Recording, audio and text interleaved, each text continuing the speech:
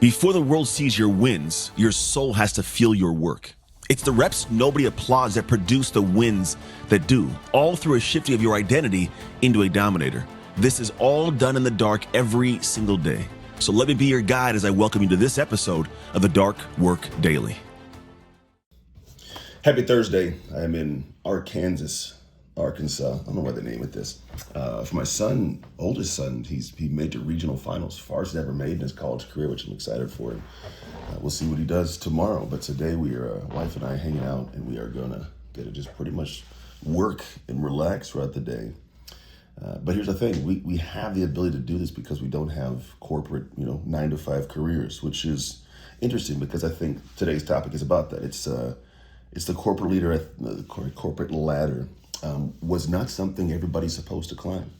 Like this corporate ladder is the thing you're told, hey, grow up and go to school and, get a degree and get more degrees, and then go get a job in a corporation. And that corporation, maybe they'll provide for you the ability to have what you think is some kind of security. And then what's crazy is eventually in the security space you think you'll never have any problems.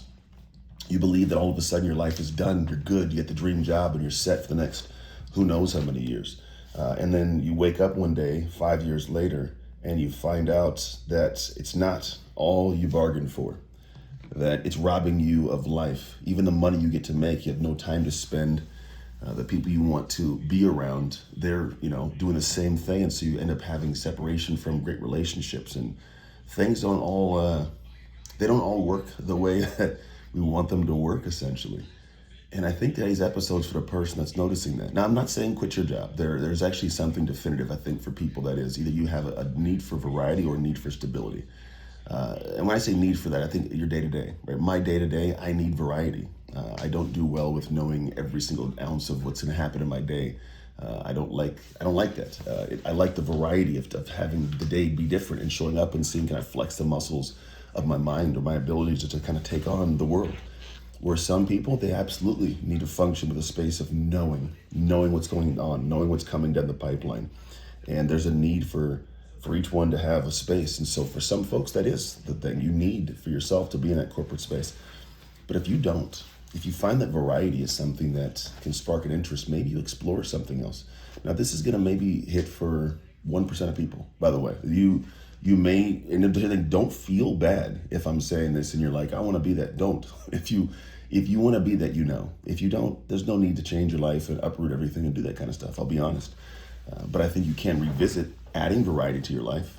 Maybe adding hobbies and adding, trips and going places and doing things that are different. You can keep the same stability in your career or have variety in your life. There's nothing wrong with that. But some people, maybe the 1% of folks, will have this urge to go and create a life that is free from the confines of having somebody give you 2 weeks off, and that is what you need. And I believe that's where I sit, not from like a rebellious type standpoint, but I just want to know that I can go and experience my kids' college careers in sports if I want to, and take my wife somewhere, and my wife can do the same thing. And I will say this too: if you'd have told me what it was going to take to make this possible in the beginning, I'd have been like, nah, give me a job. There's just so much that goes into all the nuance of making this thing happen. It's a lot. But you get in so deep that you're like, well, I got that muscle built and that muscle built, and eventually you get strong enough. But it is not something for everybody. Genuinely, I think it'll break most people. It almost broke me at times, but that's the nature of it. But I will say this: sitting back, I have zero regrets. There's no part of me that goes, oh, I wish I would have done something different. I love it, but it was earned. And so today's thought is that you? If it's you, cool. If it's not, cool. Nothing wrong with it. But the idea is, if you do want to pursue it, I want you to realize that the world that everybody puts out there of how easy it is to do X, Y, and Z, it's never that easy. No dollar comes to anybody with ease. Every dollar, and the higher you get, the dollars get harder to get, to be honest. But the dollar is available for everybody to earn it, but it's hard. And if you aren't prepared to do that, accept and appreciate that, and then press on with your life and create variety in a place that you can. That's the idea today. Like, take a second to look at your own life and gauge where you stand and what you want to do and how you want to do it. And if it's something where you find yourself having an urge to create something or do something different, do it. If you don't. But don't sit in the in-between and guess about the other side, right? It's one thing to go like maybe for years, and it's one thing to go like, yeah, thought about it, decided no, and you press on. My best friend Jay did that. My best friend at one point had an opportunity to take over his father-in-law's business. And he questioned it. It would have been more money than he was making to begin with, guaranteed. He would have had all the same amenities, if you want to call it that, like the retirement stuff, but he would have been in charge of the business. But he would have made in time 4 to 6 times more money.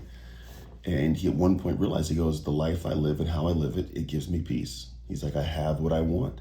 So he did not take the opportunity. It's not for him. And I appreciated his ownership of that and processing of that, because it gave me personally a clearer picture of like, man, some people aren't cut out for this, and it's not a bad thing. It's great for who they are. And he is who he is because of that. And so that's it. That's how I look at it. Maybe it serves you today.